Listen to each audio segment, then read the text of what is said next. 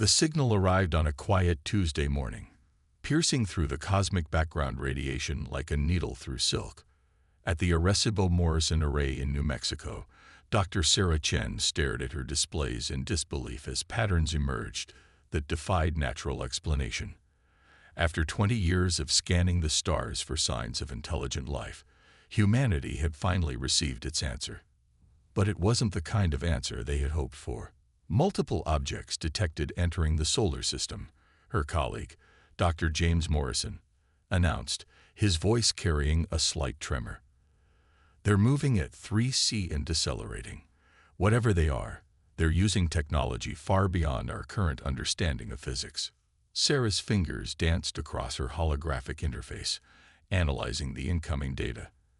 The objects, she counted 27 distinct signatures, were massive, each one larger than the largest aircraft carrier ever built on Earth.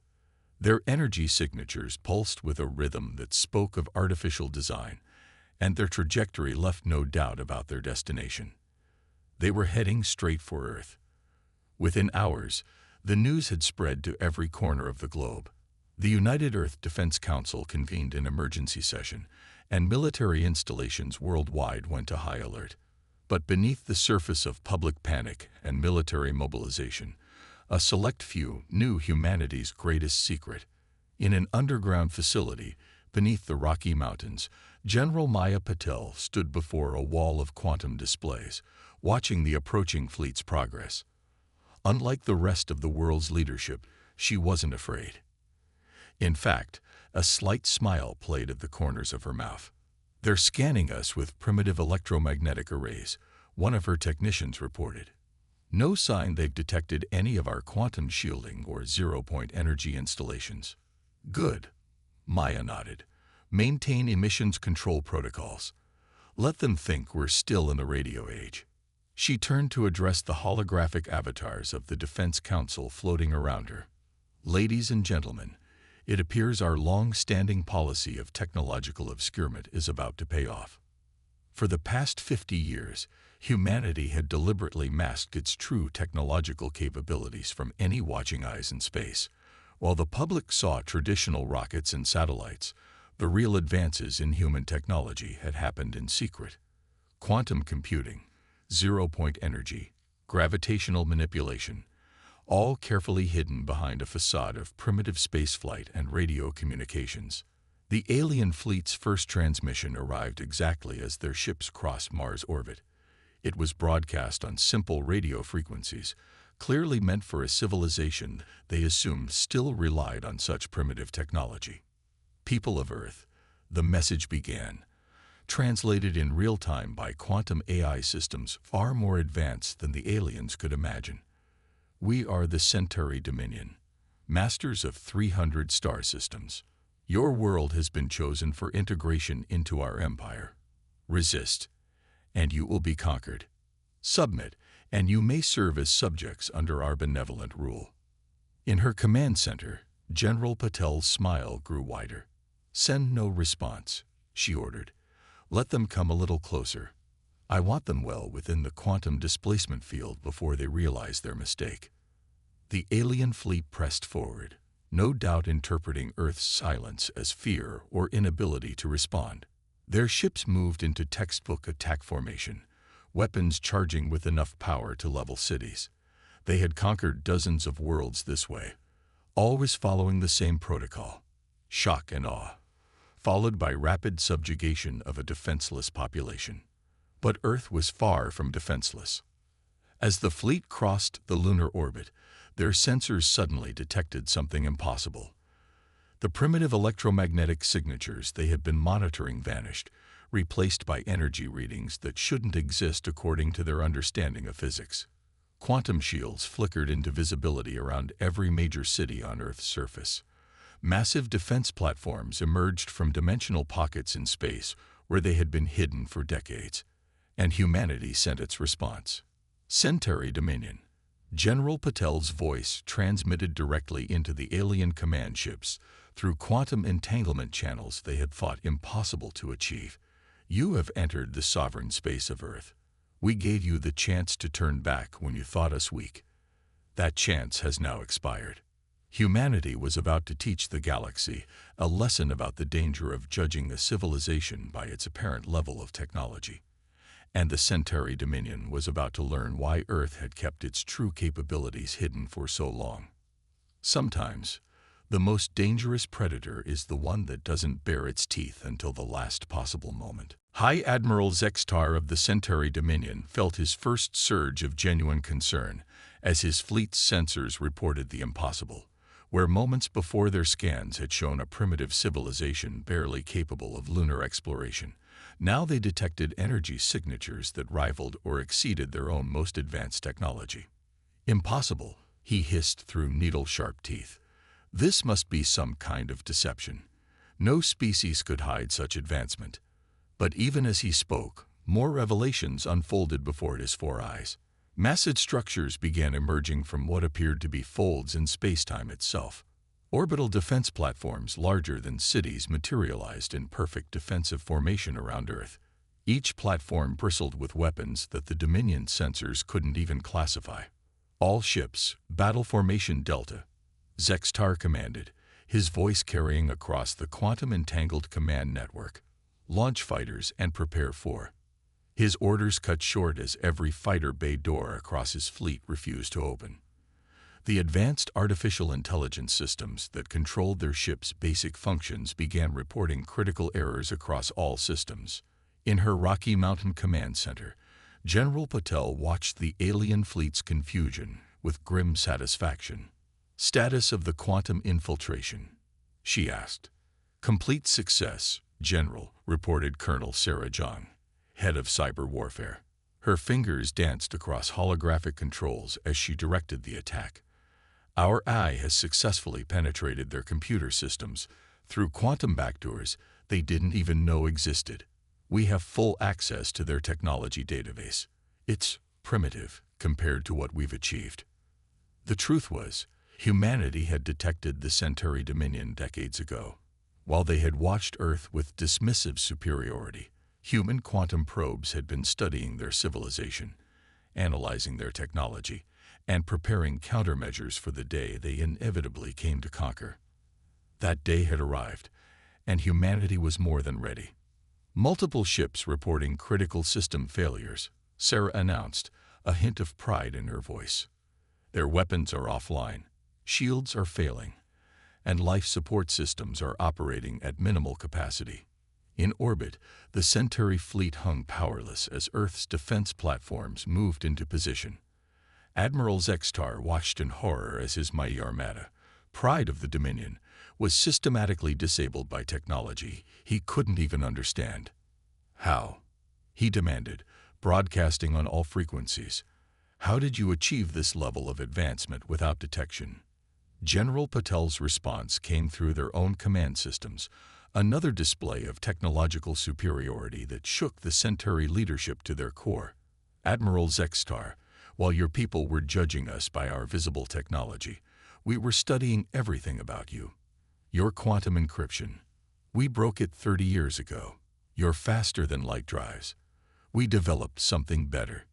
Your AI systems. They're children compared to what we've achieved." She paused, letting the implications sink in. "We kept ourselves hidden not out of weakness, but because we recognize something your Dominion never has. True strength doesn't need to be displayed until it's necessary." Across the fleet, Centauri crews watched in amazement as their ship's external cameras captured a stunning sight. Earth's atmosphere had taken on a subtle iridescent sheen, a planetary shield that their sensors indicated was operating on principles their scientists had theorized but never achieved. "You have two options, Admiral," Patel continued. "Surrender and open diplomatic relations as equals, or force us to demonstrate just how far behind your technology really is. Choose carefully. The quantum disruption field currently disabling your ships can be easily modified to do far more permanent damage." In the silence that followed, humanity's message was clear. They had never been the primitive civilization the Dominion assumed them to be. They had been the ones watching, waiting, and preparing. And now, they were ready to take their place among the stars, not as conquests, but as equals or superiors. Admiral Zexstar looked at the tactical display one final time, watching as his mighty fleet hung helpless before the very civilization they had come to subjugate. His mandibles clicked in what passed for a bitter laugh among his species. "To think," he muttered, "we thought we were the hunters." The next few moments would determine whether the Centauri Dominion learned the value of humility, or whether they would learn an even harsher lesson about underestimating their supposed inferiors. Either way, the galaxy was about to change forever. Admiral Zexstar's decision came not with words, but with action. Despite their crippled systems, 3 Centauri cruisers suddenly broke formation, their emergency thrusters firing in a desperate burst toward Earth. It was a last-ditch gambit. If they couldn't conquer Earth, they would at least ensure mutual destruction. In the Rocky Mountain Command Center, General Patel's expression didn't change. "They've made their choice," she said quietly. "Initiate Protocol Omega." Dr. Chen's voice came through the quantum comm. "General, the quantum displacement field is ready, but we've never tested it on this scale before." "We don't have a choice," Patel responded. "Execute." What happened next would be studied by alien civilizations for centuries to come. The space around the 3 attacking cruisers began to shimmer, like heat waves rising from hot asphalt. Then, in a display of physics that defied conventional understanding, the ships simply shifted. One moment they were charging toward Earth. The next, they appeared to fold in on themselves, their massive hulls twisting through dimensions that shouldn't exist. When they reappeared, they were in high orbit around Jupiter, their momentum completely nullified. "By the eternal void," Zexstar whispered, watching the impossible maneuver through his command screens. "What are you?" "We are humanity," General Patel's voice replied, echoing through every ship in the Centauri fleet. "We are what happens when a species is pushed to evolve not through conquest, but through the constant challenge of survival. While your dominion spread across the stars through brute force, we turned our gaze inward, mastering the very fabric of space-time itself." In the command center, Dr. Chen's quantum displays showed the full extent of their technology's effect. The displaced Centauri ships weren't just moved, they were temporarily phase-shifted into a parallel dimension before being reintegrated into normal space-time. It was technology that the Dominion's best scientists had theorized might be possible in 1,000 years. Humanity had achieved it decades ago. "Your ships are unarmed," Patel continued, "but I trust this demonstration makes our position clear. The choice remains the same: peaceful cooperation, or..." She left the threat unspoken, but the implications were clear. If humanity could teleport capital ships across the solar system at will, what else were they capable of? In his command chair, Admiral Zexstar felt the weight of generations of Centauri pride warring with the undeniable reality before him. His people had always believed themselves to be the supreme technological power in this sector of the galaxy. That belief had just been shattered as thoroughly as if it were made of glass. "The Dominion," he began, then paused, mandibles clicking as he chose his words carefully. "The Dominion acknowledges humanity's strength. We request peaceful dialogue." The words seemed to physically pain him, but they were out. Across the fleet, Centauri crews watched their tactical displays as Earth's defense platforms powered down their weapons, though the quantum disruption field remained active. A gesture of peace, but not one of naivety. In the Rocky Mountain facility, Colonel Zhang's quantum systems detected a surge of encrypted transmissions between the Centauri ships and their home territory. "They're reporting back to their high command," she reported. "Multiple quantum packets, heavily encrypted." "Let them," General Patel nodded. "In fact, make sure they get a clear signal. The more worlds that learn about this encounter, the better." Because that had always been humanity's true strategy. They hadn't just been preparing to defend Earth. They had been preparing to announce their presence to the galaxy in a way that no civilization could ignore or dismiss. The quantum displays showed the Centauri fleet powering down the remaining active systems, a universal signal of submission. The Geneva Quantum Conference Center materialized out of thin air 3 hours before the first Centauri diplomatic shuttle was scheduled to land. One moment there was an empty field by Lake Geneva. The next stood a gleaming structure of impossibly curved surfaces and shimmering quantum fields, another calculated demonstration of Earth's technological prowess. Inside, General Patel stood with Earth's diplomatic team, watching holographic displays of the approaching Centauri shuttle. Remember, she addressed the assembled representatives. Our goal isn't to humiliate them. It's to establish a new paradigm for interstellar relations. Dr. Chen, now serving as Earth's chief scientific liaison, nodded while studying quantum readings from the approaching vessel. They've made some interesting modifications to their shuttle's propulsion system in the last few hours. They're quick learners. As expected, Paddle replied. A species doesn't build an interstellar empire without some capacity for adaptation. The question is whether they can adapt their mindset as quickly as their technology. The Centauri delegation, led by Admiral Zextar himself, landed with impeccable precision on the quantum-stabilized landing pad. As they emerged from their shuttle, their body language spoke volumes to the human xenopsychologists present. The usual Centauri posture of superiority was gone, replaced by a cautious alertness. "Welcome to Earth," General Patel greeted them in perfect Centauri standard, another small reminder of how thoroughly humanity had studied their civilization. "We have much to discuss." What followed was unlike any first contact scenario in known galactic history. Instead of the usual pattern of technological exchange and power dynamics, the humans laid out a vision for a fundamentally different kind of interstellar relationship. "Your empire is built on technological superiority," Dr. Chen explained, manipulating a holographic display of the known galaxy. "Ours is built on understanding.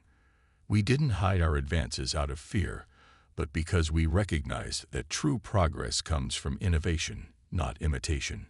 Admiral Zextar's mandibles clicked thoughtfully as he absorbed the implications. "You're suggesting that by forcing other civilizations to follow your technological path, we've actually been stunting their development." "Precisely," Patel confirmed. "Every species, every civilization has its own unique path of advancement. The Centauri focus on traditional space travel led to the most efficient fusion drives in known space. The Proxima Collective excels at biotechnology. Humanity chose to explore quantum mechanics and dimensional engineering. The holographic display shifted, showing the intricate web of quantum relationships that humans had discovered binding the universe together.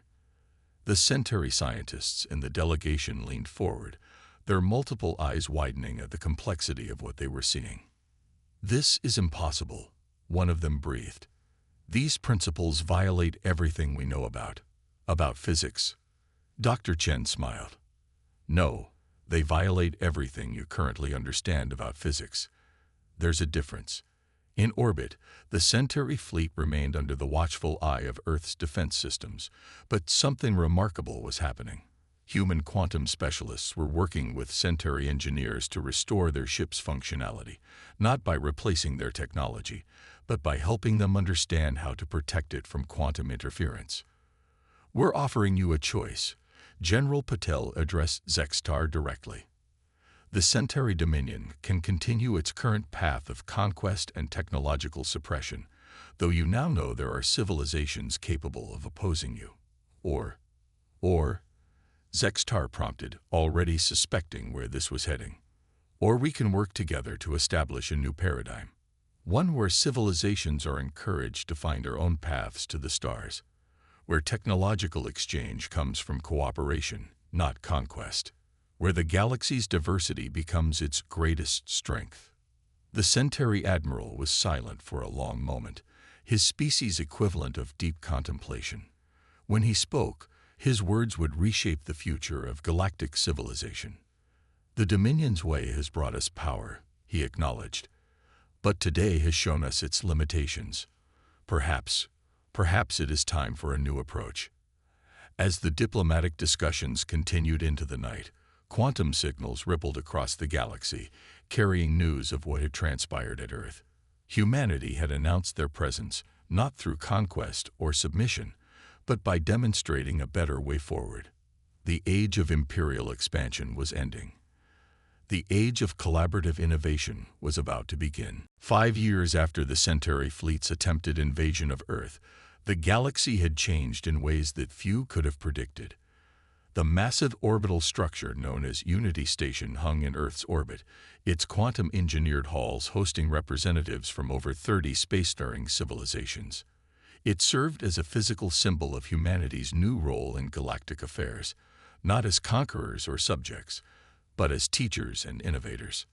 Dr. Sarah Chen stood at the station's primary observation deck, watching a Centauri science vessel demonstrate its newly developed quantum drive. The ship flickered briefly before disappearing into a carefully controlled dimensional fold, a feat that would have been impossible just a few years ago. Impressive progress, General Patel commented, joining her at the window. The former military commander now served as Earth's primary representative to the Galactic Cooperation Initiative, the organization that had replaced the old imperial structures of the Centauri Dominion. "They're learning quickly," Sarah agreed. "All of them are. Once we showed them that there were different paths to advanced technology, it was like opening a floodgate. Every civilization is discovering its own unique approach to pushing the boundaries of science." The observation deck's quantum displays showed various technological achievements from across known space.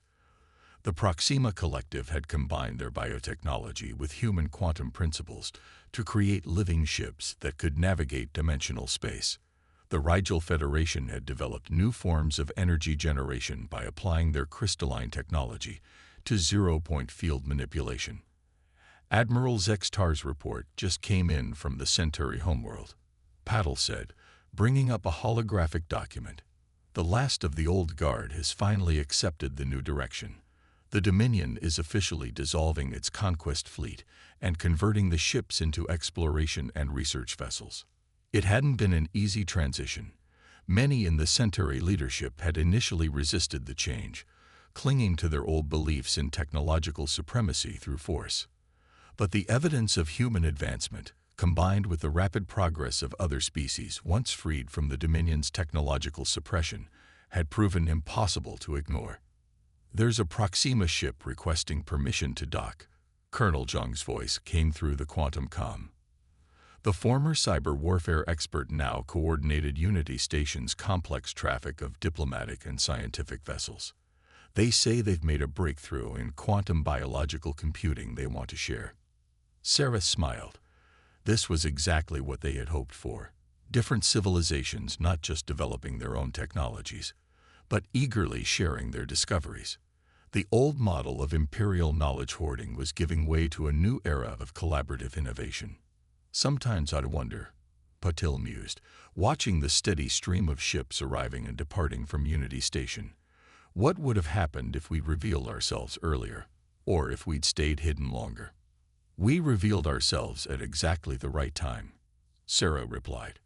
"Early enough to prevent more worlds from being conquered, late enough to demonstrate an undeniable alternative to imperial expansion." She gestured at the quantum displays showing technological progress across the galaxy. "Look at what they've all achieved in just 5 years of freedom." The station's quantum sensors detected a new signal, a transmission from a previously unknown civilization at the galaxy's edge.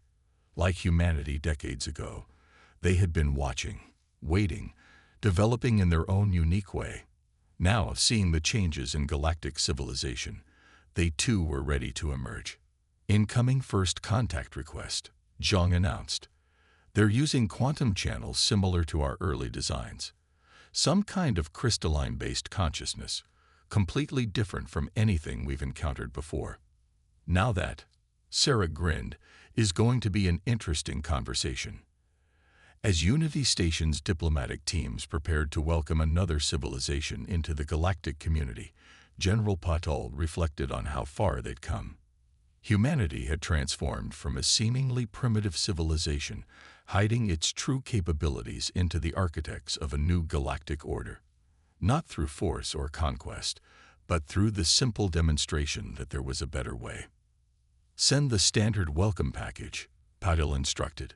Let them know that in this galaxy, every civilization is free to find its own path to the stars. The quantum displays showed ships of various designs and origins moving through space around Unity Station, each one a testament to the diverse approaches to technology and progress that now flourished in the galaxy. Humanity's greatest achievement hadn't been their mastery of quantum mechanics or dimensional engineering.